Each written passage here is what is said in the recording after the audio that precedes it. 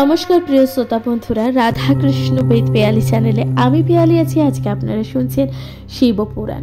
প্রিয় শ্রোতা বন্ধুরা, শিবপুরাণ আপনাদের কেমন লাগছে অবশ্যই আপনাদের গুরুত্বপূর্ণ মতামত দিয়ে জানাতে ভুলে যাবেন না। প্রিয় শ্রোতা বন্ধুরা, আপনারা কে কোথা থেকে শুনছেন অবশ্যই আপনাদের মূল্যবান মতামত জানাবেন। প্রিয় শ্রোতা বন্ধুরা, আজকের আলোচ্য বিষয়বস্তু শিবপুরাণের অন্তিম শ্লোক অর্থাৎ বিদ্যেশ্বর সংহিতা, দ্বিতীয় সংহিতা বিদ্যেশ্বর সংহিতার অন্তিম শ্লোক ষোড়শ অধ্যায়। ষোড়শ অধ্যায়ের দ্বিতীয় পর্ব, যেখানে আপনারা শুনবেন বন্ধন মুক্তির স্বরূপের দ্বিতীয়তম অধ্যায় অর্থাৎ দ্বিতীয় পর্ব শুনবেন। প্রিয় শ্রোতা বন্ধুরা, তাহলে শুনতে থাকুন শিবপুরাণ।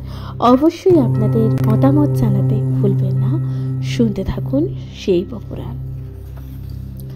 মহামারী ইত্যাদির অধিপতি জমকে একখানি কালীর প্রতিমা দান করা দরকার। এর ফলে যম সন্তুষ্ট হবে। 100 বা 10 নিষ্ক পরিমাণ সোনার মাধ্যমে পাশাঙ্কুর ধর যমের প্রতিমা তৈরি করিয়ে তা দক্ষিণার সঙ্গে দান করতে হবে। পূর্ণ আয়ু লাভের জন্য তিল দান করতে হবে। রোগ ব্যাধি দূর করবার জন্য আজ্ঞাবেক্ষণ দান দরকার। এরপর 1000 ব্রাহ্মণ ভোজন করাতে হবে। দরিদ্র ব্যক্তি হলে নিজের সামর্থ্য অনুযায়ী কাজ করবে। প্রেতাদির শক্তির বা প্রেতাদির শান্তির জন্য ভৈরবের মহাপুজো করবেন। কাজের শেষে শিবের উদ্দেশ্যে মহাভিষেক ও নৈবেদ্য দান করবেন। তারপর ব্রাহ্মণদের ভুরিভোজ করাতে হবে।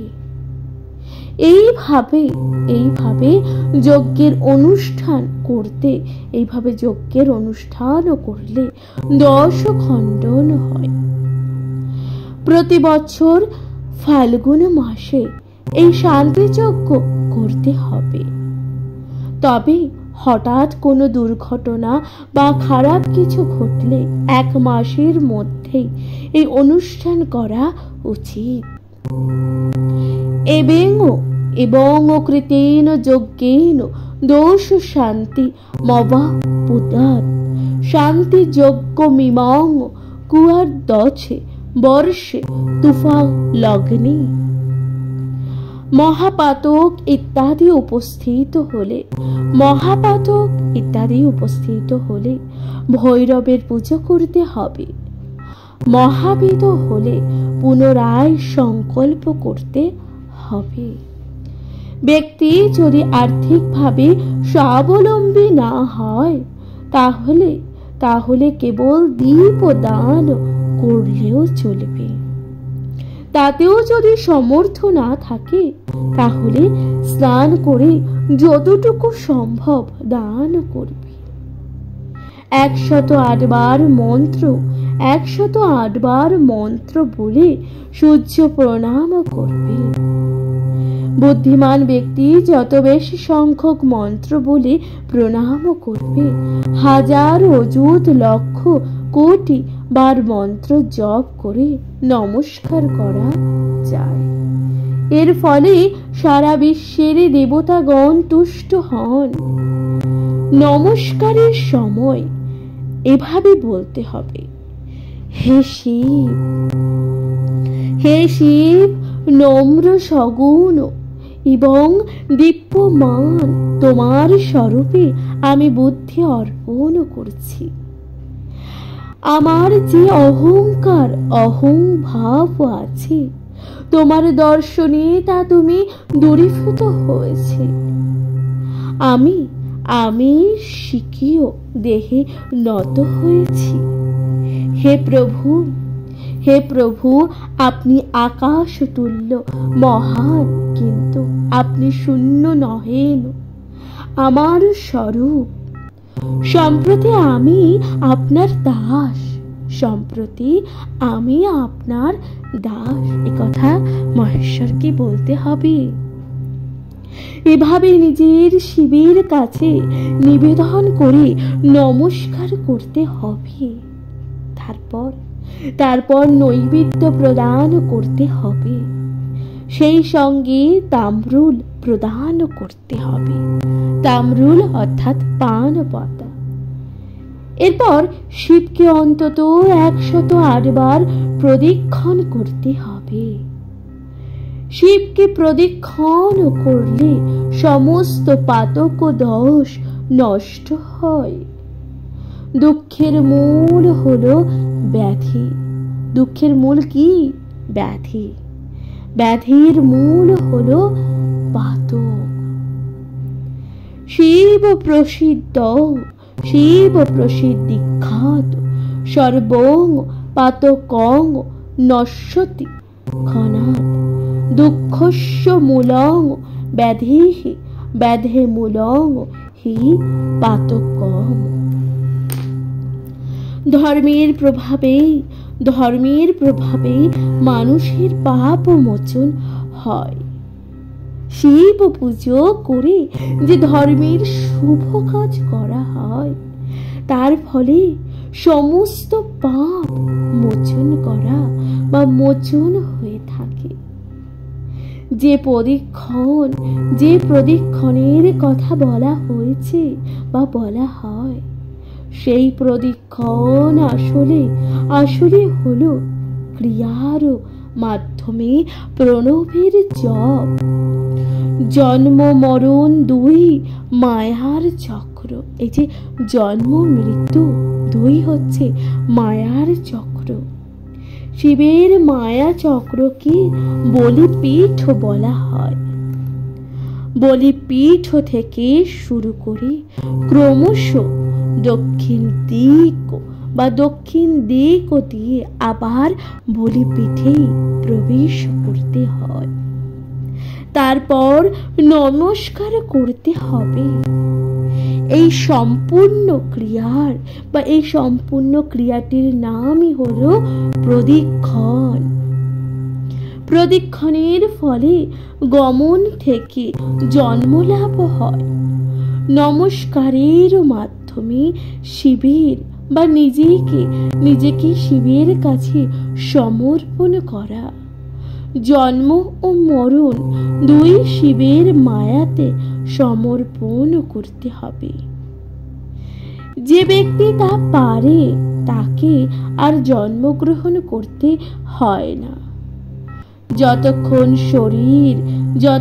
শরীর থাকে, ততক্ষণ তা ক্রিয়ার অধীন থাকে।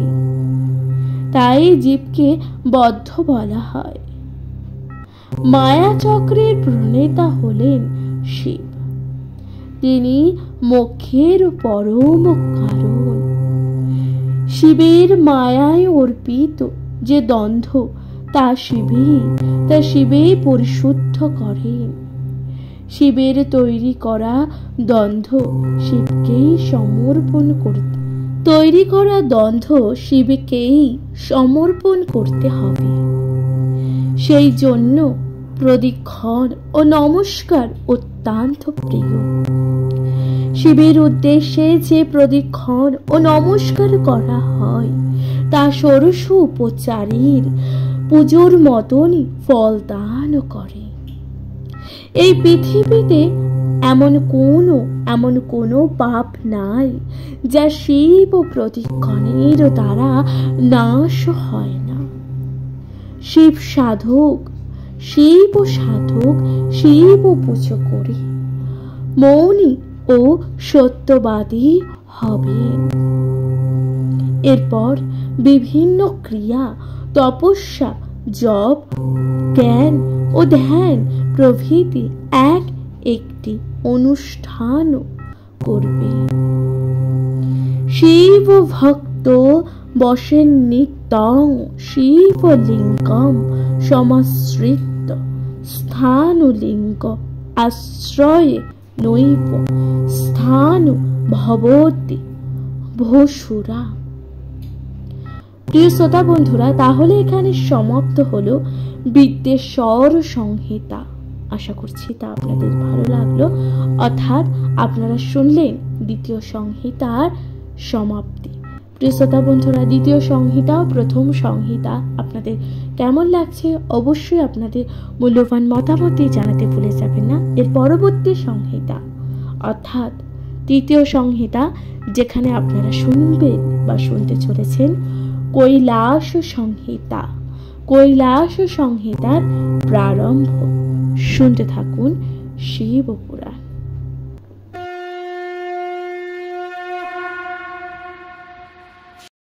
নমস্কার প্রিয় শ্রোতা বন্ধুরা, রাধা কৃষ্ণ বেদ পিয়ালি চ্যানেলে আমি পিয়ালি আছি। আজকে আপনারা শুনছেন শিবপুরাণ।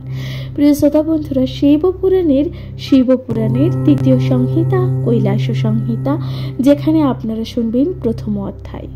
প্রথম অধ্যায়ে আছে সূত সন্নিধানে প্রশ্ন ও জিজ্ঞাসা।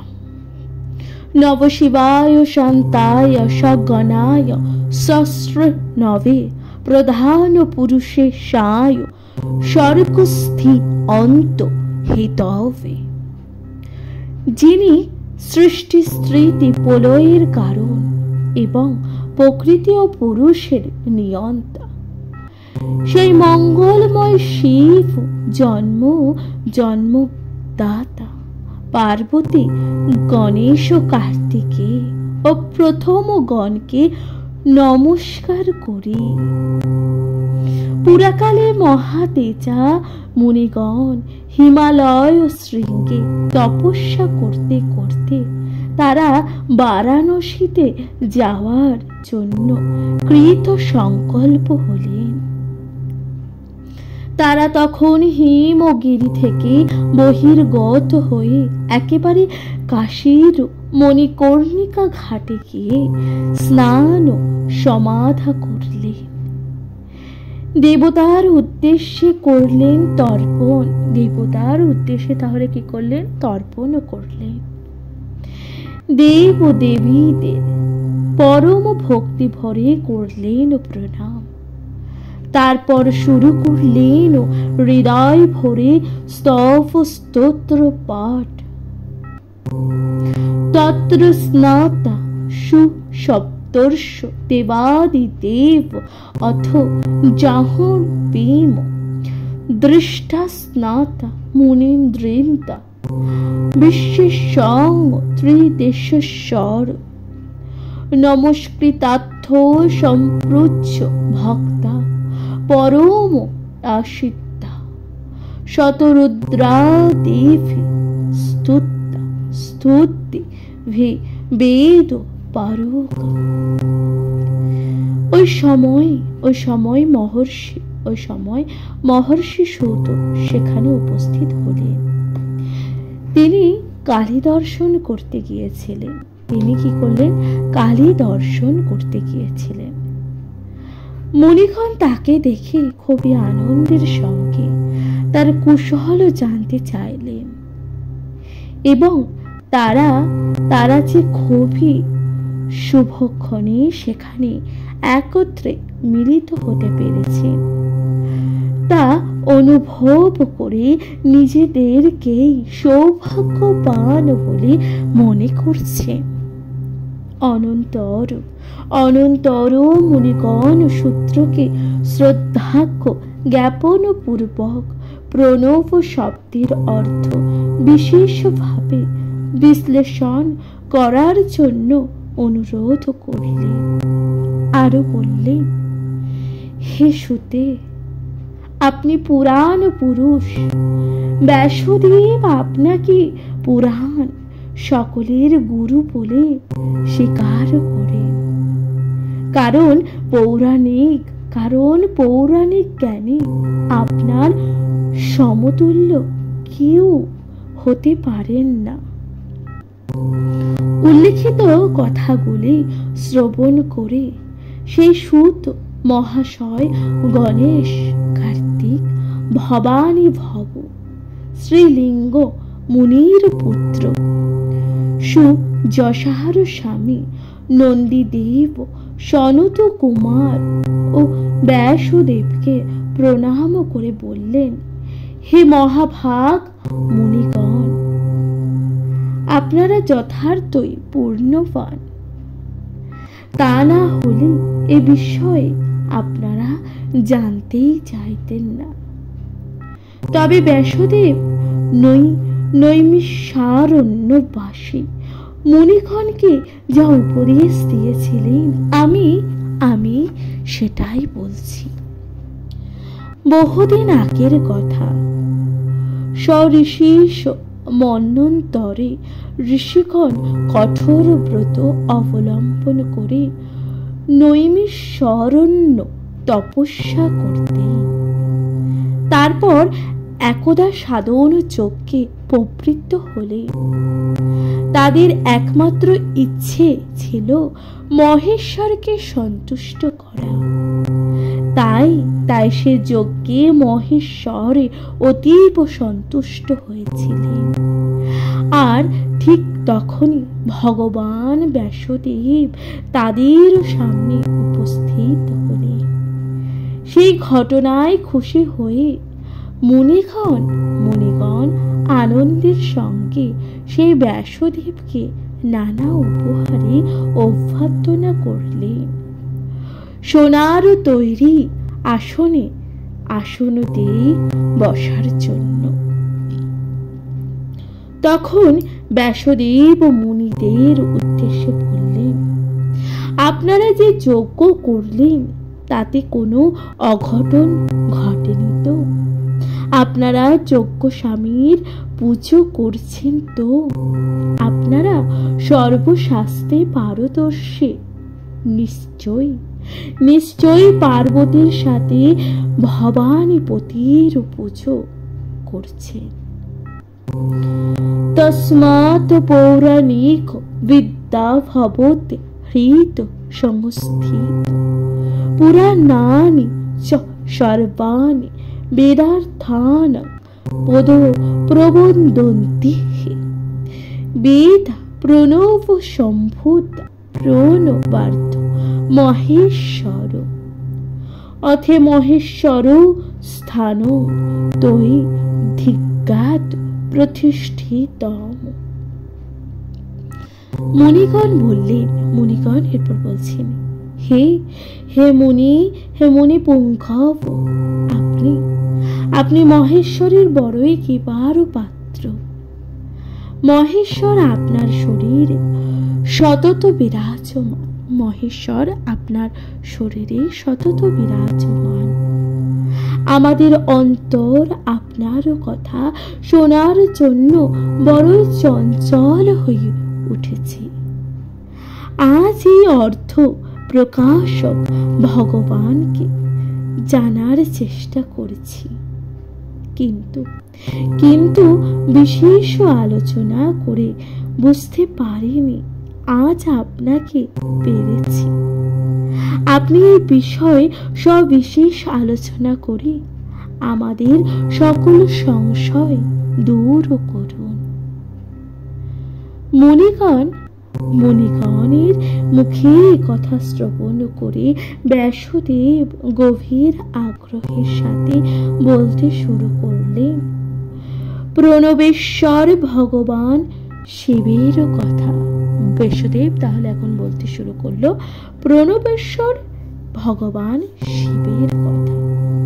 প্রিয় শ্রোতা বন্ধুরা, তাহলে এখানে সমাপ্ত হলো কৈলাস সংহিতা, অর্থাৎ আপনারা শুনছেন তৃতীয় সংহিতা, কৈলাস সংহিতার প্রথম অধ্যায় এখানে সমাপ্ত হচ্ছে।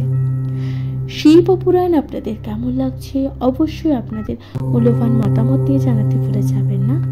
শুনতে থাকবেন শিব পুরাণ।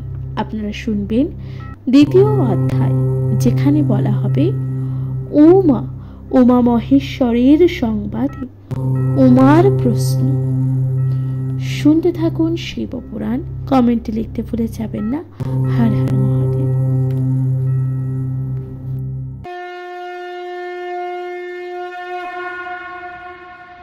নমস্কার প্রিয় শ্রোতা বন্ধুরা, রাধাকৃষ্ণ উইথ পিয়ালি চ্যানেলে আমি পিয়ালি আছি। আজকে আপনারা শুনছেন শিব পুরাণ।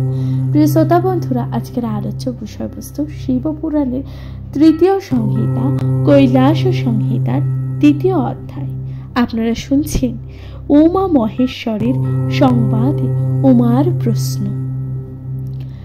ব্যাসদেব বলবেন এবং বললেন, আপনারা অতি ভাগ্যবান, তাই এই শিব তথ্য জানতে চেয়েছেন। আমি এখন উমা ও মহেশ্বরের সম্পর্কে কিছু বলছি, তা শ্রবণ করুন।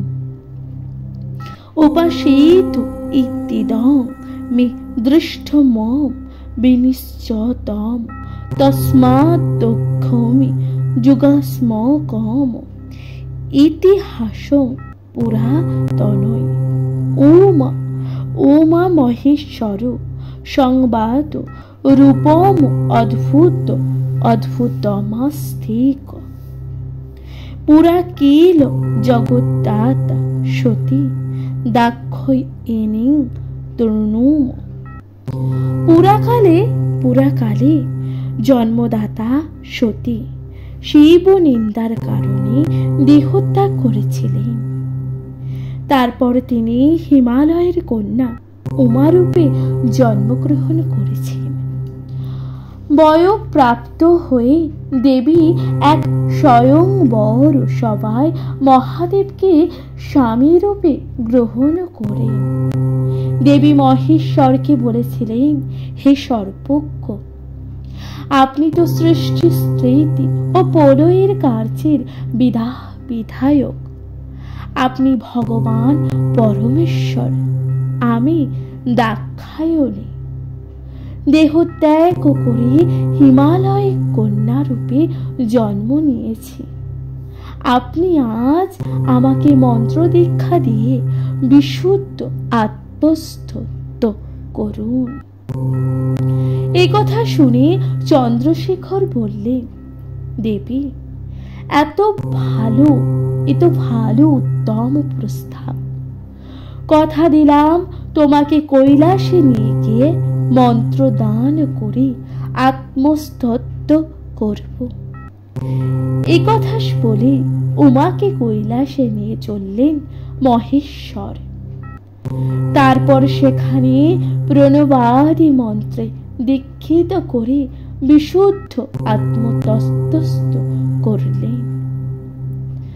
উক্তা মন্ত্রান মহাদেবী কৃত্যা শুদ্ধা অত্মি স্থিতা সাধ্যং দেবাং মহাদেব দেবদানং গত ভবে। অনন্তর মহেশ্বর দেবী সহ নন্দকা বনে এসে উপনীত হলেন।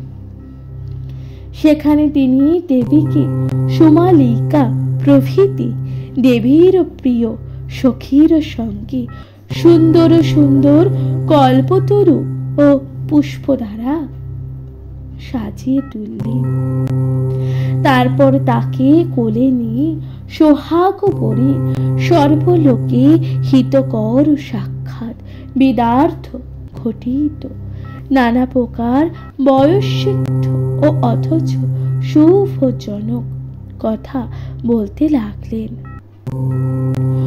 উমা তখন বললেন, উমা বললেন, হে দেব, আপনি প্রণব সম্পর্কে অনেক কথা বলছেন, কিন্তু তা ঠিক বুঝতে পারিনি।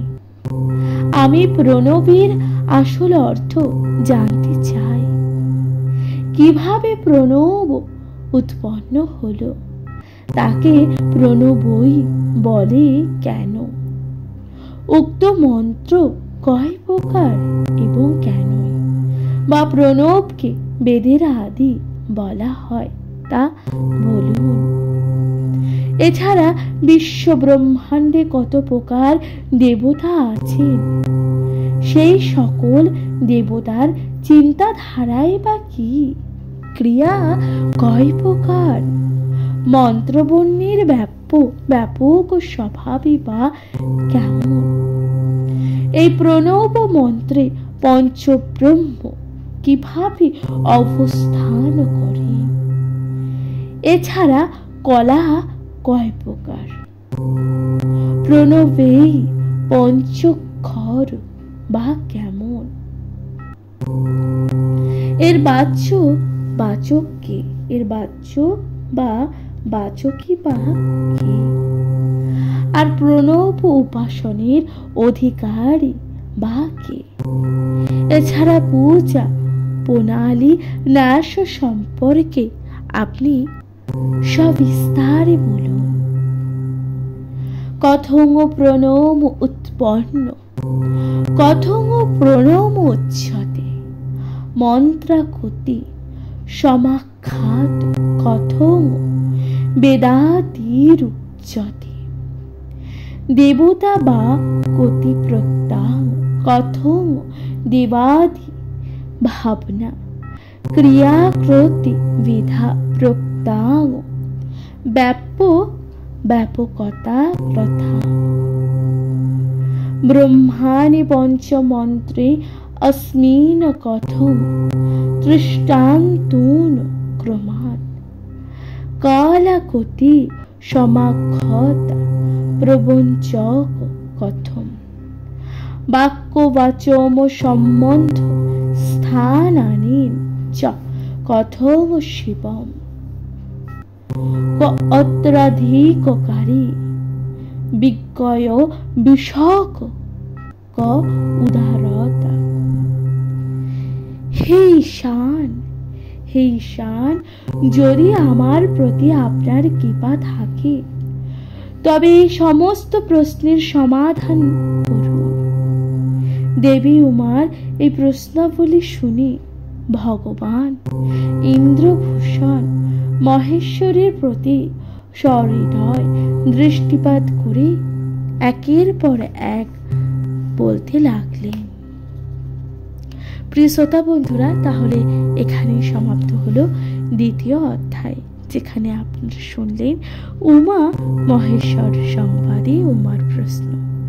প্রিয় শ্রোতা বন্ধুরা, শিব পুরাণ আপনাদের কেমন লাগছে অবশ্যই আপনাদের মূল্যবান মতামত জানাতে ভুলে যাবেন না। চ্যানেলে প্রথমবার শুনে থাকলে অবশ্যই পাশে থাকবেন। তাহলে আজকের মতো জানাচ্ছি এখানে বিদায়। ভালো থাকবেন, সুস্থ থাকবেন, তথা শিব পুরাণ অবশ্যই শুনতে থাকবেন। আপনাদের গুরুত্বপূর্ণ মতামত অবশ্যই জানাবেন, কমেন্টে লিখতে একদমই ভুলে যাবেন না। হর হর মহাদেব। প্রিয় শ্রোতা বন্ধুরা, নিজের কাছের মানুষ তথা প্রিয়জন পরিবার সকলের সাথে শিব পুরাণ একত্রে শুনুন এবং শিব পুরাণের মাহাত্ম্য অবশ্যই শুনতে থাকবেন। আজকের মতো জানাচ্ছি এখানে বিদায়। ততক্ষণ অবধি ভালো থাকবেন, সুস্থ থাকবেন, পাশে থাকবেন। অবশ্যই সাবস্ক্রাইব করে দিয়ে নমস্কার।